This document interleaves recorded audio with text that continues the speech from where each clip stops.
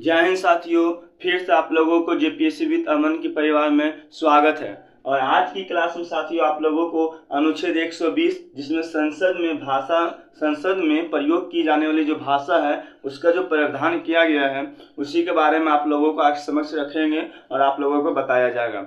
इससे पहले बता दें साथियों आप लोगों को अनुच्छेद 1 से लेकर 119 तक आप लोगों को बता दिया गया है। आप लोग अगर प्लेलिस्ट में जाकर देखना चाहते हैं तो देख सकते हैं। चलिए साथियों आज की क्लास को हम आगाज करते हैं। अनुच्छेद 120 में कहता है संसद में जो कार्य है वह हिंदी या अंग्रेजी में होगा। मतलब अगर संसद है, संसद में जो कार्य होता है वो कौन कौन सी भाषा में होता है? हिंदी लैंग्वेज में होती है और अंग्रेजी लैंग्वेज में होती है। यानी पार्लियामेंट में हिंदी और इंग्लिश भाषा का क्या किया जाता है? लैंग्वेज का क्या किया जाता है? प्रयोग किया जाता है। लेकिन राज्यसभा और लोकसभा आपको बताना है इससे कि राज्यसभा कब विघटित होती है और लोकसभा कब विघटित होती है। यानी राज्यसभा की कितनी वर्ष कार्यकाल होता है और लोकसभा का कितने वर्ष का कार्यकाल होता है, आपको ये कमेंट करना है।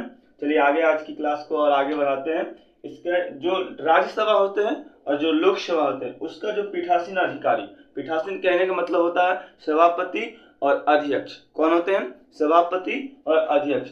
किसी भी सदस्य को उसकी मातृभाषा में बोलने की अनुमति दे सकता है। यानी मान लीजिए जो पीठासीन होते हैं, जो अध्यक्ष होते हैं, तो वो क्या करते हैं, जब मान लीजिए जो भी संसद के जो सदस्य होते हैं उसको अपने मातृभाषा में बोलने का अधिकार या अनुमति दे सकता है। ठीक है, कौन दे सकता है? तो सभापति या अध्यक्ष ही दे सकता है। ठीक है, ये हमारे अनुच्छेद 120 में लिखा गया है। ठीक है, आगे देखिए अनुच्छेद 121 में कहता है कि संसद में चर्चा निर्बंध से संबंधित प्रावधान। निर्बंध कहने का मतलब होता है प्रतिबंध।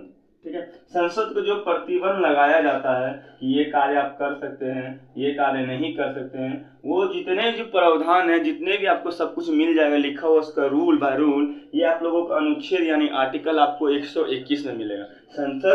संसद के जो निर्बंध है, जो प्रतिबंध है, उसकी संबंधित प्रावधान किसमें किया गया है? अनुच्छेद 121 में। आपको याद रखना होगा।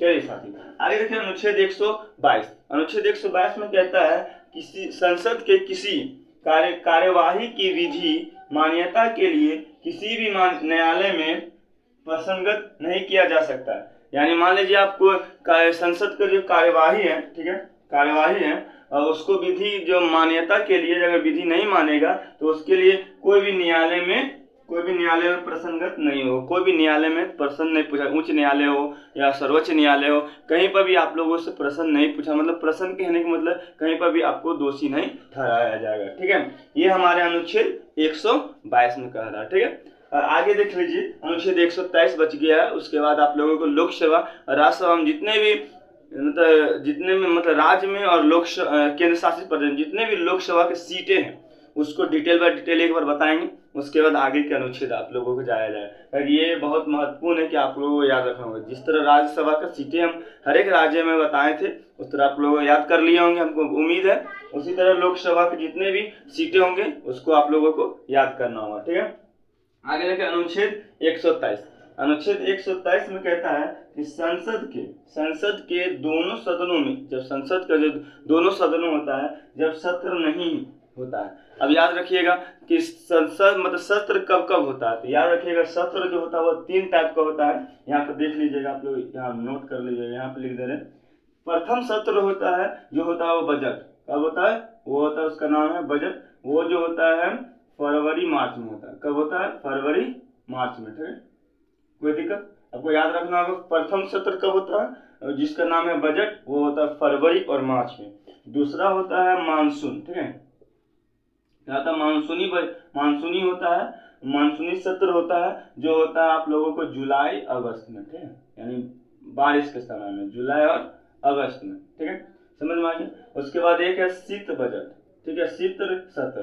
ठीक है, शीत कहने का मतलब होता है ठंडा के सीजन में, तो वो होता है नवंबर दिसंबर में। कब होता है?